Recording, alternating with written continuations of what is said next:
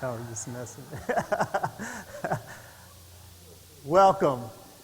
Welcome to the gathering of the Driven Life Movement. We started this series a couple weeks ago, and what we started talking about was that Jesus didn't come to plant a church. Jesus never started a church. What Jesus did is he launched a movement. And he launched a movement where he came to actually usher in the kingdom of heaven. Now, it's a huge difference than starting a church. I don't think that most people, if we think about it in right terms, we would ever think of the church and the kingdom of heaven in the same way, because we would join a church and then we would say our church is better than your church, so you need to come to our church, and we'd try to bring people into the church, and we'd gather together, and we'd have big nice meetings, and we'd build nice buildings and all these things. But if I said to you that you've entered into the kingdom of heaven, what you would see is something totally different. You would be inviting people into a movement of God. We would think that a church would be a location geographically, physically, in a time and a space, but we would say that the kingdom of heaven would be advancing, would it? Right? Like the kingdom of heaven is going to consume the earth, right? Do you believe that, though? Or do you believe that we should just build more churches and contain the kingdom of heaven within our walls? No, the kingdom of heaven is a movement of God to consume the whole world. Jesus said it like this. He said the kingdom of heaven, it's like a mustard seed. And it's the smallest of all the seeds that there are. But here's the thing that the Jewish farmer knew that Jesus was talking to that we don't understand. And that's that you don't want a mustard seed getting in your garden.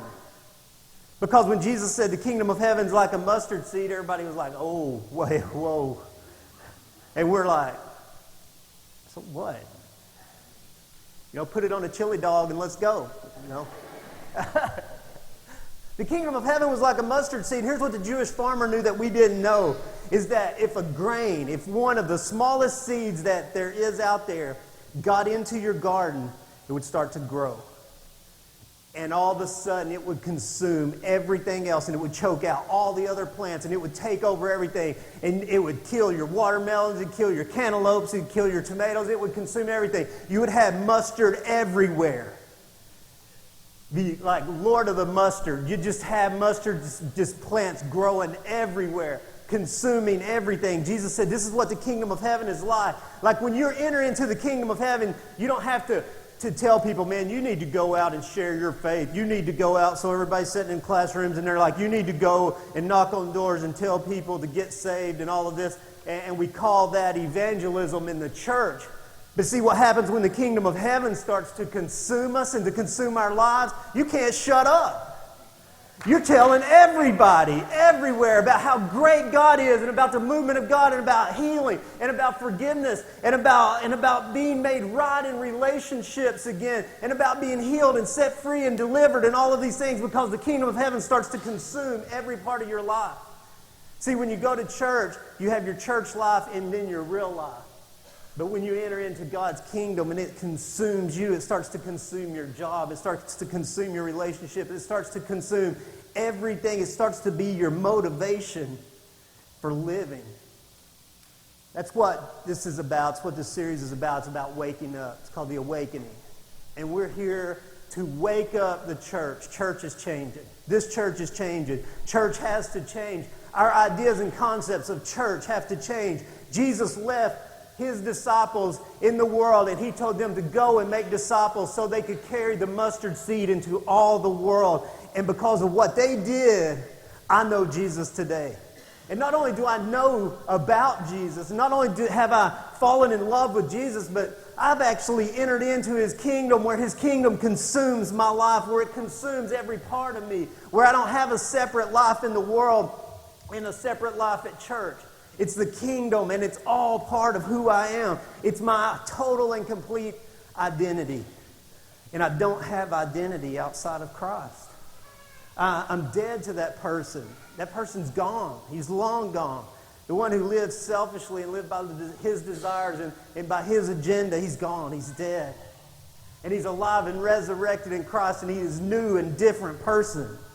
And today I'm here to tell you that the kingdom of heaven is so much a part of my life that I think every one of you should have what God's given me. And I'm here today to share with you what God has shared with me. I'm here to share with you today how to live in the kingdom and how to maintain life in the kingdom. And it's good life. It's the only life. I've struggled with life in the world, trying to be someone, trying to have my own identity. And what I found was whenever I finally messed that up beyond repair, that I surrendered my whole will and my whole life to God. And he saved me. And I don't use that word around here a lot, but I'm going to use it today because he saved me from me. He saved me from me. He saved me to him. He restored me to him. He resurrected me in my dead nature, and he gave me life. And I'm here to share with you today that kingdom of God. And I wish that you would check your theology at the door, because if I say kingdom of heaven, you're like, well, when I die, I'm going to go to heaven. Get over it. I mean, honestly, why wait? I don't understand. I don't understand the argument. No, Todd, you're wrong. I'm sorry, but I got to wait till I die to live. All right, brother, have at it. Struggle, get by, do your own thing, and when you die, live. Me, I'm entering in. Jesus came and gave me life today. He came and gave us life, and life to the full. The word eternal life, we think it means to live forever, but the word Jesus used in his language was a life that overflows the natural, a life that can't be contained within time and space. It's an overflowing or an abundant life is the word Jesus used when he talked about eternal life, a life that is perpetual, that flows from within and flows over outwardly. So when you're entering into the kingdom of heaven, man, your friends start to go, what happened to you? Well, I'm overflowing. I mean, something happened in me, and I'm spewing like a hot, shook-up Mountain Dew. It's coming out. Coming out my nose, it's coming out my eyes, it's shooting out my ears. Man, the kingdom of heaven just cannot be contained within us. And that's the kingdom I'm here to tell you about today. I want to start today by talking about my car, if that's all right. I got a Ford Taurus, and I really love it. My daughter really hates it. I think it's awesome because it's big and comfortable, and she hates it because it's big and comfortable. It's not cool. I'm not cool. But I tell you what, I'm comfortable. She says it's an old man car. I said, look at me. It's got good AC. It got big, fat seats. It's got seat warmers. In the wintertime, I get in, I can warm my booty. I like it. It's awesome. As we found out, we were going to Houston when Chris had his thing. It cruises well at about 120, like you're doing 60. I mean, just smooth. I remember one time somebody pulled out in front of me, and as I looked down, we were coming past 120, and it was like, God, we're crawling. So, like, the thing will go. But here's something that you don't know about it. My car, look, get this, I paid $24,000 for my car. Yeah, I know. And when I bought it, I bought all the parts. You know what I got in my hand today? My car. Y'all like, what? Here's the thing, man. I got $24,000 worth of metal and rubber and plastic and wires sitting out there. But without this, it'd no go. You see this? This is the master fuse for the computer on my car. None of y'all are still. My keys in my car. Have at it. I got this. Now here's what I'm thankful for. I'm thankful that my car doesn't have a spirit of independence. I'm thankful that all the parts on my car say, no, I'm going to do my own thing. Because This could say, you know what, I don't need you. I am the car. So I can get on. It's not going to do me much good, right? Y'all see this? This thing is tiny. But extremely important, right? Now, if I gave this to you, you wouldn't be like jumping up, Todd gave me his car. Right? You wouldn't get all pumped up. Todd gave me his car. But listen to me. Without this, my car is completely and utterly useless. I mean, we could live in it. Maybe. I may not be able to get the doors open without this. I don't know. I hadn't tried. Maybe I ought to put it back in and see. The thing is, in our lives, and I want to use this for an example because I believe that there's a lot of us that don't see our significance. This thing could say, man, I'm just a fuse. What good's a fuse? Just a fuse. Just a bill. Remember that? Man, I used to love them cartoons. It was awesome. I'm just a bill on Capitol Hill. Here's the thing. I think there's a lot of us that are fuses. I think there's a lot of us that are components that may not be the shiny body, that may not be the nice seat warmer, that may not be the hot rod engine. And we don't see our significance. But here's the thing. Every single component in God's kingdom is very, very, very important. I would not like to have my car if the brake system said, you know what? We're going to do our own thing. Right? If the steering system said, you know what? I'm out. I'm out. You just want to control all the time. You're a control freak. Yes, that's right. To the steering wheel, I am a control freak. Ask my daughter when she's driving. I'm a control freak.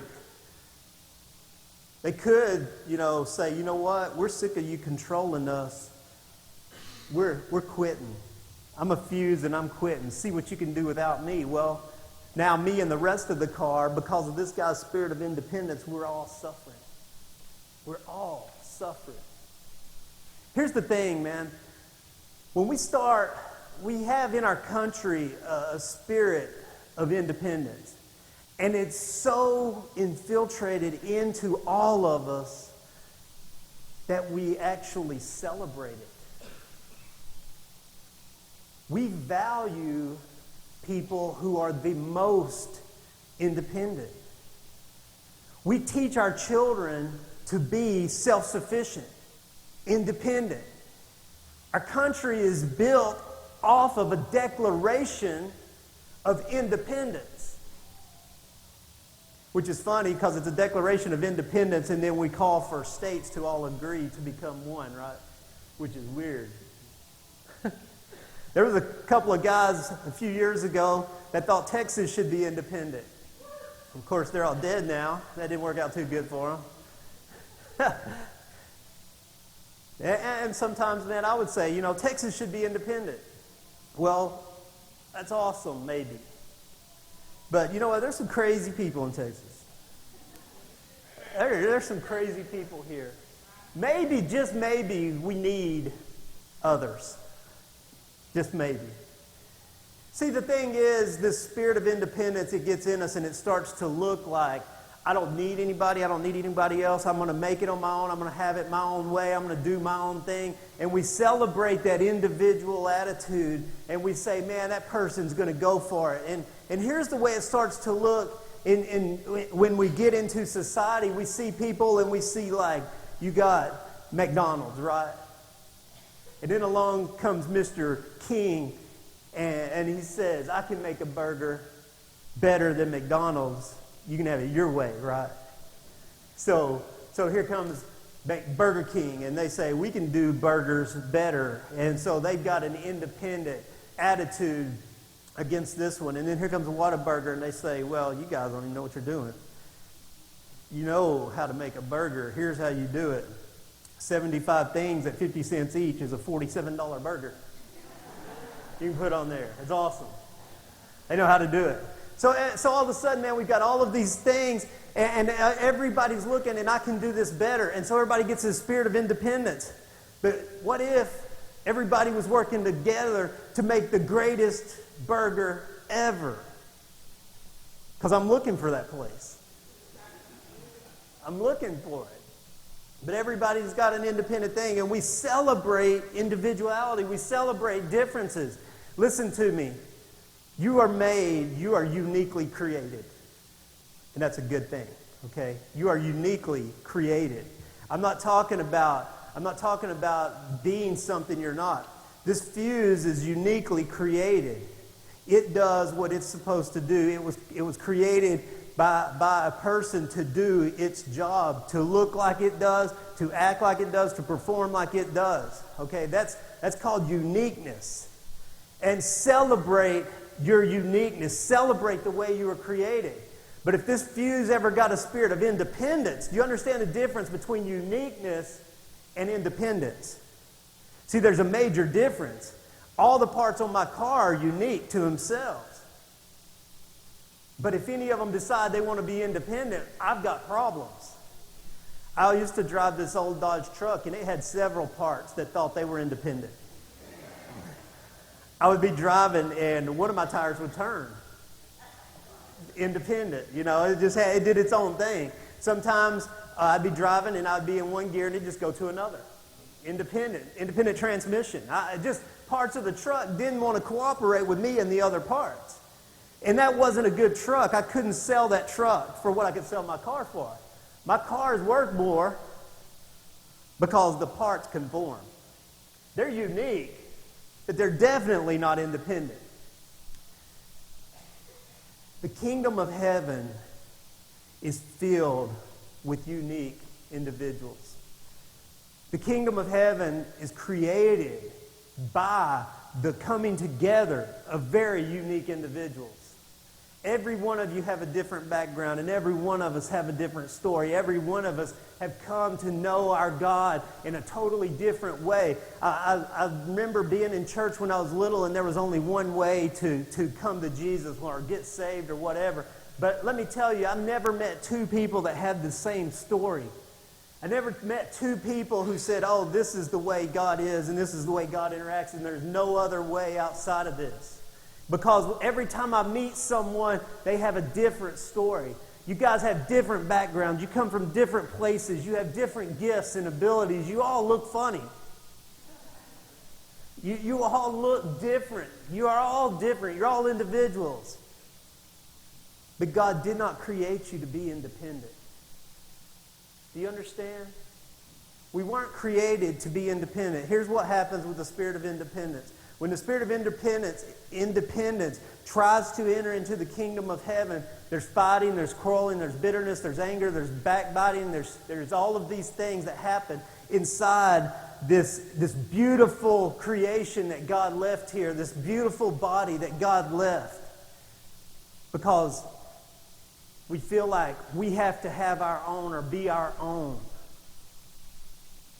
Specifically, it'll look like where it gets in is in ministry and vision and being part. See, this is where I've experienced this in this kingdom a lot is that everybody wants to be important. I understand that. We all want to be significant. But listen to me, and this is important. I can't make you significant. Your husband, your wife, they can't make you significant. You can call them your significant other, but does that make you feel better, wives? He don't even love me. He just calls me a significant other. I'm not even his wife. He's trying to make you significant. We need significance. We need to be needed. But this is so important. If you can grab hold of this, it will forever change you. God thinks you are immeasurably significant. There is no one that He created as special as He created you. There is no one that He made to do what He made you to do. There is no one on this planet that has ever lived or ever will live that is as special to God as you are. You are uniquely special to Him. But when you're a fuse and you try to be a steering wheel, you're going to have problems. You've got an identity crisis going on. And the thing is, you're not of any good to the car for either purpose. A fuse trying to be a steering wheel won't help being a fuse, and he won't help being a steering wheel because he can't, right?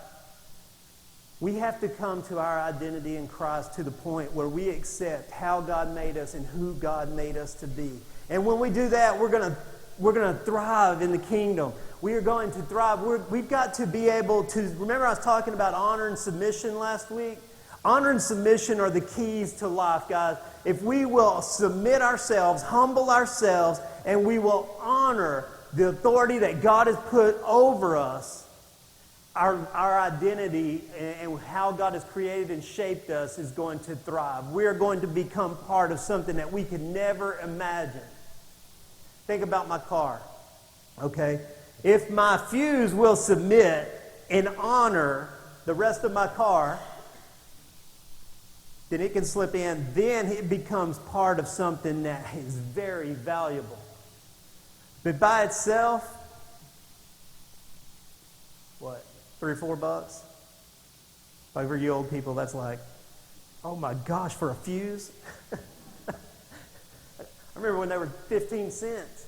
I don't know how much it costs. I'm just giving you all a hard time. I don't know, it may be $25. I don't know, it's pretty important, right? So the deal is, you can be worth a little on your own, or you can have this great value that God has given you. I want to share a story with you that's in the Bible. If you got a Bible, turn to Numbers chapter 12. And this is a story that illustrates what happens in the kingdom whenever we don't submit and we want to have our own identity, when we have a spirit of independence that creeps into our lives. Numbers chapter 12, and I'm going to be in verse 1. I think it'll be on the screen, so if you hadn't caught up yet, I know you Bible drillers are already there waiting on everybody else. Like, I'm the winner. I'm the best. I'm the best Bible finder in the world. Champion. That's cheating. Numbers chapter 12. While they were at Hazareth, Miriam and Aaron criticized Moses because he had married a Cushite woman. You know those Cushite women. They're just, you know how they are. Yeah. Every mom just hopes her son don't bring home a Cushite woman. They said, has the Lord spoken only through Moses? Hasn't He spoken through us too? But the Lord heard them. Uh-oh. Now Moses was very humble, more humble than any other person on earth. Get that. You got to remember when Moses was called, Moses was like, God, you're asking me to save your children, to call out the children of God, Israel. Who am I? God's talking to him out of a bush, which is weird enough. But he's like, I can't do it. And this thing, Moses had this stuttering issue. So he had all these reasons he gave God. But Moses, it wasn't a confident issue. Moses was confident in who he was, but he was humble. I mean, he was a servant of God. And so he was evidently more humble than any other person on earth. Now, that seems pretty humble. So verse 4 says, so immediately the Lord called to Moses, Aaron, and Miriam. Oh boy. Man, you ever have those days when you were in school and like you get called to the office and you really don't know what they know? I'm not going to say you don't know what for, but you don't know what they know. Like you're running through your mind, and then all of a sudden you see your buddies coming and you start putting together who you did what with or to, and you start to figure it out. Then you know you've had it at that point. I never did that. I don't know. I've heard about that. So the three of them went to the tabernacle. Then the Lord descended in the pillar of cloud and stood at the entrance of the tabernacle. Aaron and Miriam he called, and they stepped forward. And the Lord said to them, "Now listen to what I say." Like you have to say that if you're God speaking out of a cloud. "If there were prophets among you, I, the Lord, would reveal myself in visions. I would speak to them in dreams. But not with my servant Moses. Of all of my house, he is the one I trust. I speak to him face to face, clearly, and not in riddles. He sees the Lord as he is. So why were you not afraid to criticize my servant Moses?" The Lord was very angry with them, and he departed. And as the cloud moved from above the tabernacle, there stood Miriam. Her skin was as white as snow from leprosy. And Aaron saw what had happened to her, and he cried out to Moses, "Oh, my master, please don't punish us for the sin we have so foolishly committed. Don't let her be like a stillborn baby, already decayed at birth." So Moses cried out to the Lord, "Oh God, I beg you, please heal her." But the Lord said to Moses, "If her father had done nothing more than spit in her face, wouldn't she be defiled for 7 days? So keep her outside the camp for 7 days, and after that she may be accepted back." Because Moses went to God and he interceded for her, she was allowed to be grounded, put in time out, and then allowed to come back. But I want you to get the story. Here's what's happening. Miriam and Aaron's been Moses' right-hand man since he went before Pharaoh. He was there. He had to actually speak for Moses because Moses had this issue, this stuttering problem. And they were like, "You know what? Doesn't God speak through us too?"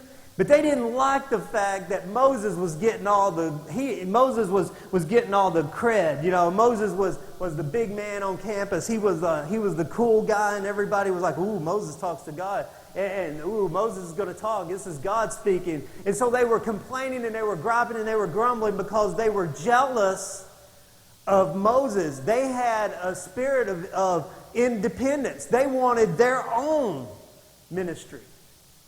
God doesn't just speak to Moses. What about us? We could be doing what Moses does. Who's Moses? He couldn't have done what he did without me. Moses is just a car, but we're the fuse. We're what makes it go. So they grumbled and they complained against Moses. And I guarantee you it was, you've been there. I've been there. You know what I don't like? In my spirit of independence. And listen, maturity, this is maturity. Maturity is growing out of self to start to recognize that God has placed you to be part of something greater than yourself. Maturity is when you grow out of self and you start to see others and the value of others. When you start to lose the spirit of independence and you start to say, "You know what? I can't do it all alone. I need a bunch of help." That's when you start to mature. When you start to think, "You know what? I may not be king." That's scary, I know. But that's when you start to mature, is when you start to say, "You know what? I just may not be king." Well, in my life, I was rebellious. You can ask my mom. Just a little bit. I was bound and determined that I had a better way for everything. See that ninja move? Y'all didn't know I was that quick, did you? Just think if I really wanted to hurt something. No, I'm just kidding. Karate.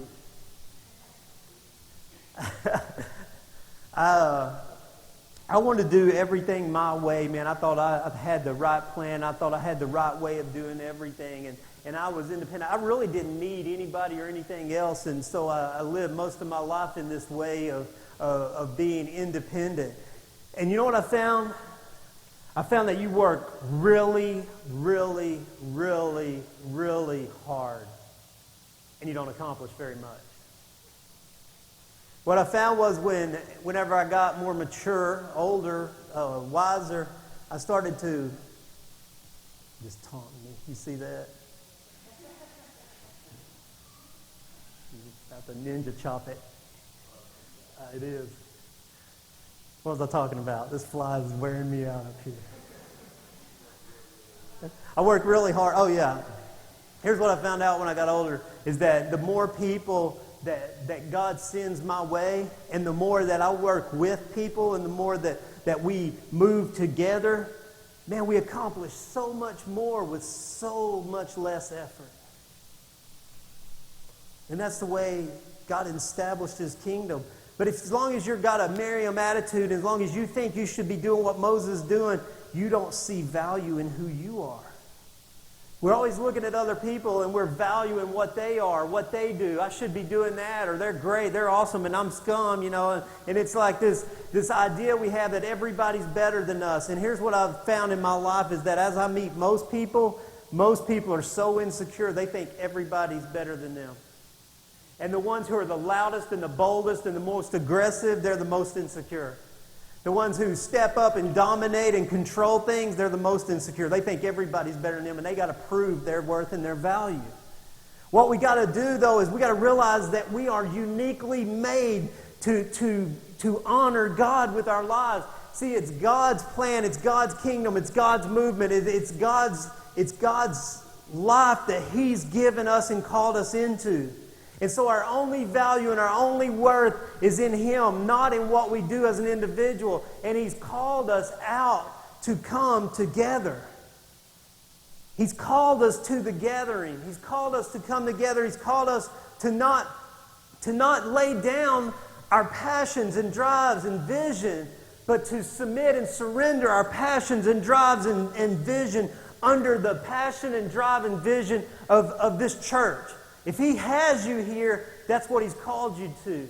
And He's called us as a church to submit our drives and our passions to the global church body, to the global movement of Jesus Christ, to going out into the world and being Jesus in the world. Not to separating out from the world, but to go on out into our jobs and to live a life of Christ and to go out into our jobs and to share Jesus. And you're like, man, I gotta go do that, knock on doors and tell people about Jesus thing. Listen to me. If you feel like you have to tell people about Jesus, like you signed on and you're obligated and God's going to be mad at you if you don't, you're wasting your time. It's a complete waste of time. Because the Holy Spirit is looking for people who He can pour into, who are passionate and driven, and that the kingdom of heaven flows out from. See, whenever the kingdom of heaven consumes you, it's naturally who you are, and it's naturally going to flow out from us. And God has called every one of us into our places. And you may say, well, I have a vision.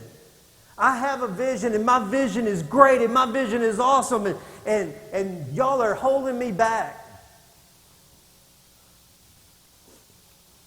There's a biblical principle that I really don't have time to go into right now because I'm already past. But if you will not surrender and submit under someone else's vision, then you got a spirit of independence, and you're going to struggle all of your life to never accomplish what God's called you to.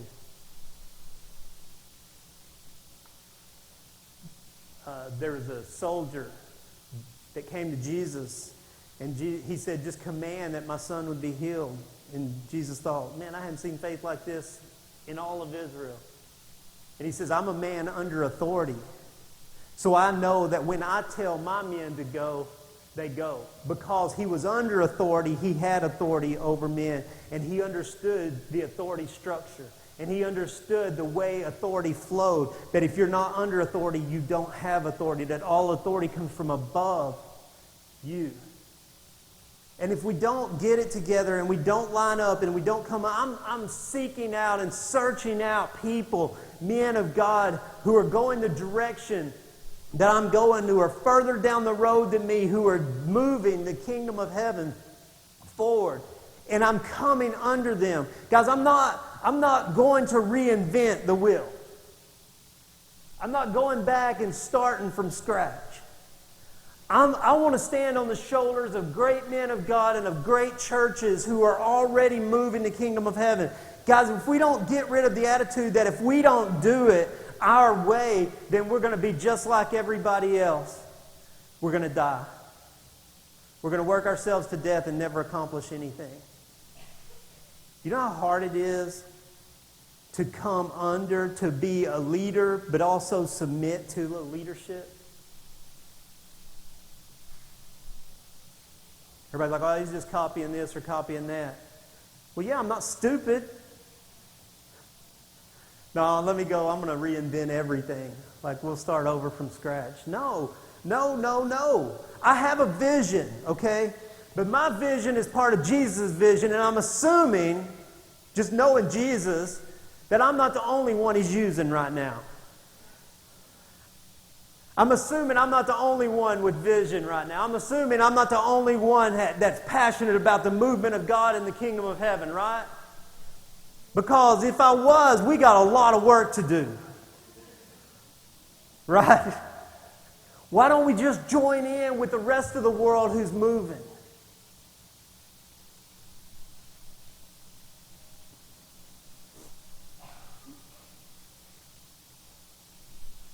Jealousy of vision, jealousy of ministry will kill you. Here's the good news for you. I had this pastor that he'd talk for a long time and he'd be like, and he'd go, now here's the good news for you. And everybody like, whew, finally it's over. Like, I got some good news for you. Here's the good news. This is the greatest, easiest thing in the world. God has called you to be you. He just called you to be you. You don't have to be me. I don't have to be you. God wants us to humble ourselves and submit to Him and submit to the authority that He's placed us under, which includes this church, which includes your job. You say, what? There ain't no God in my job. God establishes all authority. Go read Romans. He'll straighten you out, okay? God establishes all authority. We're to submit to the laws of our land. We're to submit to the leaders over us. We're to submit to the public servants who are over us. We're to submit in every part of our lives. When your kid has a problem with his little baseball coach, you submit. You submit. He's the authority, you're not. You're the parent. Sit down, shut up. He's the coach.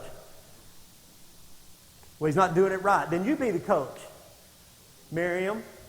No, I'm just kidding. Chill out before you turn white and flake up.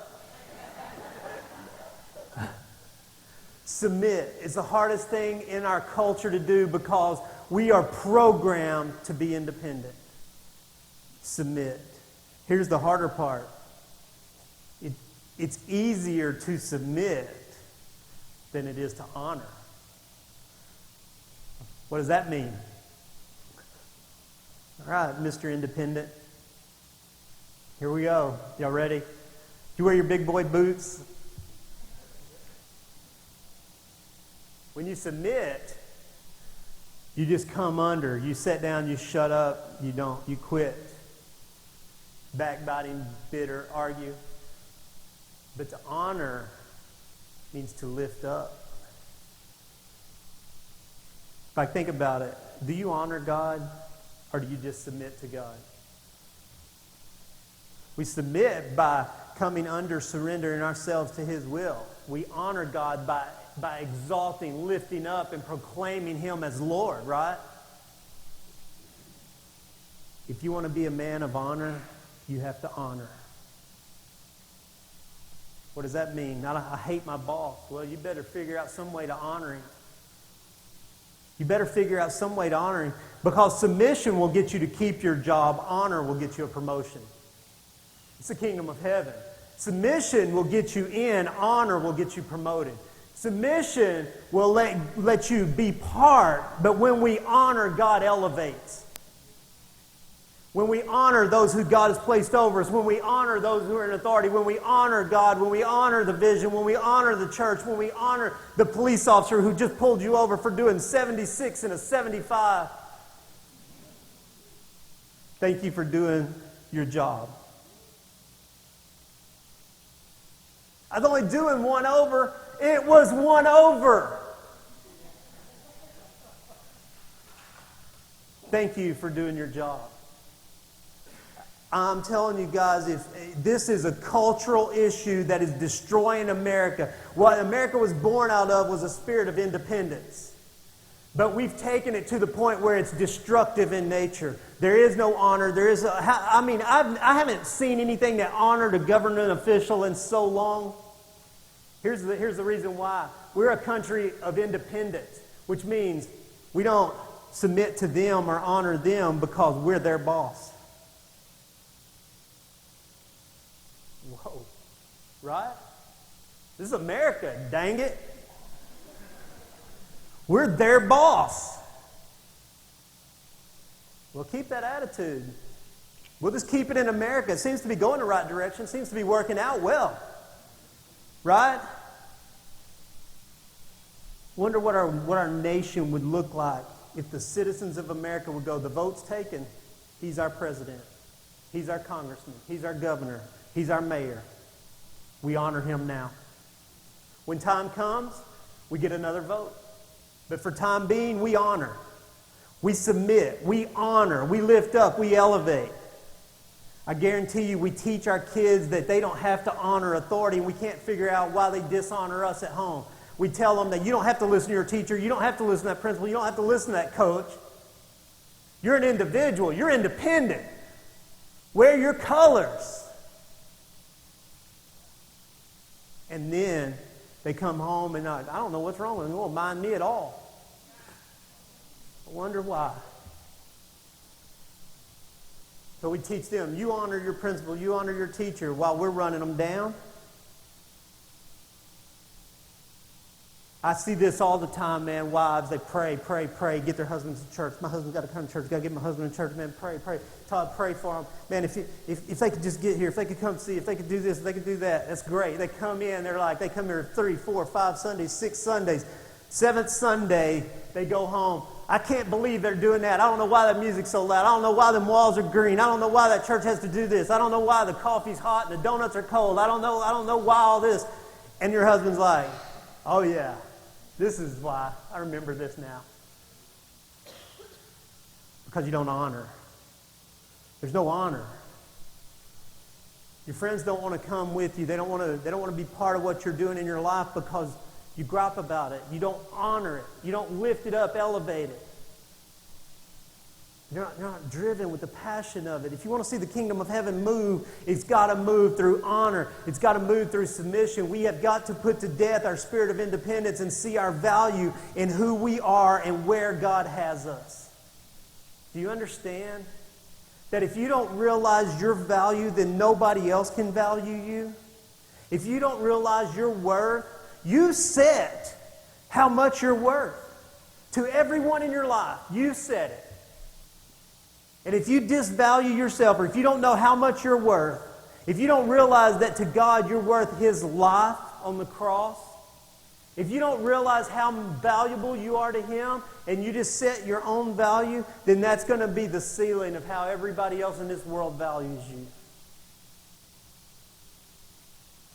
We've got to move from that spirit of independence and that spirit of self and that spirit of alone. And we got to move into honor and submission and coming under and lifting up and elevating and humbling. And if we do, your life will change. You want some job security? Honor your boss. This is a crazy world. It's a crazy world. I mean, things are going on in the economy. It's rough.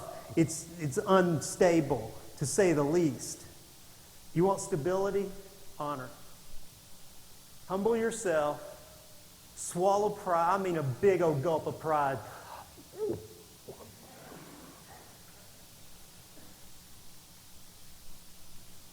And honor. Submit yourself and honor those who are over you. And you will become honorable. And God will look out there and He will promote you. I remember the story of Joseph. And I'm going to end on this. It's the story of Joseph. And we went through a whole series about Joseph's life. Joseph, he's taken in bondage, taken in slavery, taken down to Egypt. All right? He's the lowest of the low. He's a Hebrew and he's a slave. And he's brought into the second strongest guy in Egypt's house. And he's made a slave in his house. His name was Potiphar. And as Joseph comes into Potiphar's house, he's the lowest of the low as far as society looked. But Joseph humbled himself and he honored Potiphar. He honored his house. He submitted to his will, his leadership, because Joseph said, this is where God has me. And it's not part of my vision, because Joseph's vision was that he would be a ruler and that his brothers and father would bow down to him. And then he finds himself a slave, the lowest of the low, in an Egyptian's home. But he honored and he submitted. And what happened? Potiphar calls all of his help together. Hey guys, I'll need everybody up here. Y'all come up here, I got something to say. Y'all remember Joseph? Guess what? He's your new boss. He's over everything that I have. He's in charge of everything I own. He answers to none of you whacked out, crazy, whatever they were. Whoa, hey. That was a red wasp there. That's a big brother. This is like an animal farm up here.